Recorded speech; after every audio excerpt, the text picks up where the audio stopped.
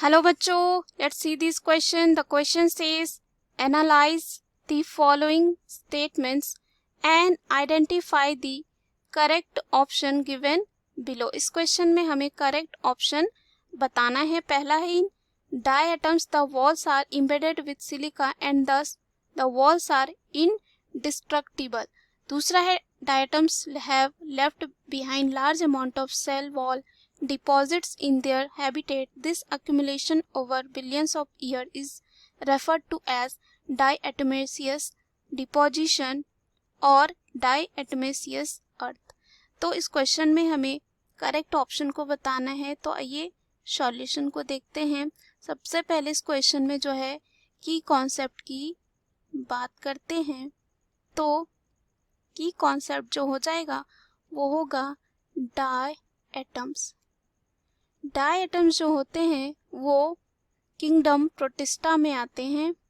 Protista में आते हैं और बोल सकते हैं कि टाइप ऑफ प्रोटिस्टा हैं that are categorise under the group called chrysophyte. Chrysophytes and these organism are microscopic. ये बहुत ही छोटे होते हैं और फ्लोट करते हैं पैसिवली इन वाटर करेंट. सो ये जो होते हैं चीफ प्रोड्यूसर होते हैं ओशियन में. चीफ प्रोड्यूसर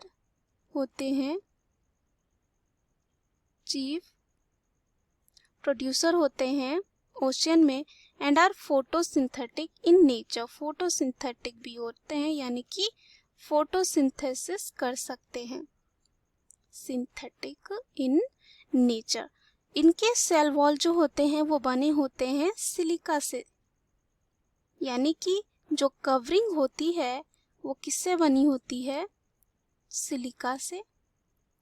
एंड ये जो है इजीली डिस्ट्रक्टिबल नहीं है, यानी कि इसको तोड़ नहीं सकते हैं. सो बोल सकते हैं इनडिस्ट्रक्टिबल. उसके बाद जब ये डायटम मर जाते हैं सो वो छोड़ जाते हैं their wall cell wall in their habitat which accumulate होकर बहुत बिलियन ईयर्स के बाद जो है वो क्या होता है? अर्थ सरफेस को जो है हम बोलते हैं diatomaceous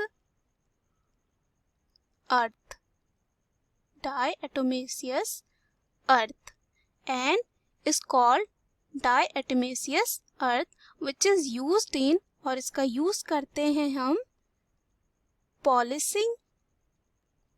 पॉलिशिंग और फिल्ट्रेशन ऑफ ऑयल्स में.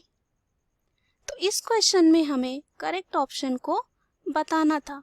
तो चलिए ऑप्शन है कि in diatoms the walls are embedded with silica and thus the walls are indestructible. Yes, ये ऑप्शन जो है हमारा पहला ऑप्शन जो है बिल्कुल सही है. सेकेंड है diatoms have left behind large amount of cell wall deposits in their habitat. This accumulation over billion of years is referred to as diatomaceous deposition और diatomaceous अर्थ. तो ये ऑप्शन भी हमारा क्या है? बिल्कुल सही है. तो चलिए ए क्या दे रखा है? 1 is true but 2 is false. No, ये दोनों ऑप्शन जो है हमारे सही है, तो ए हमारा गलत हो जाता है. बी है 1 is false but 2 is true. ये ऑप्शन भी हमारा बिल्कुल गलत है. सी है 1 and 2 are true. यस, ये ऑप्शन जो है हमारा इस क्वेश्चन का आंसर हो जाएगा क्योंकि दोनों ऑप्शन क्या है? सही है. डी है 1 and 2 are false. तो ये ऑप्शन भी हमारा गलत हो जाता है. So the right answer of this question is option C. Hope you understood it well. Best of luck.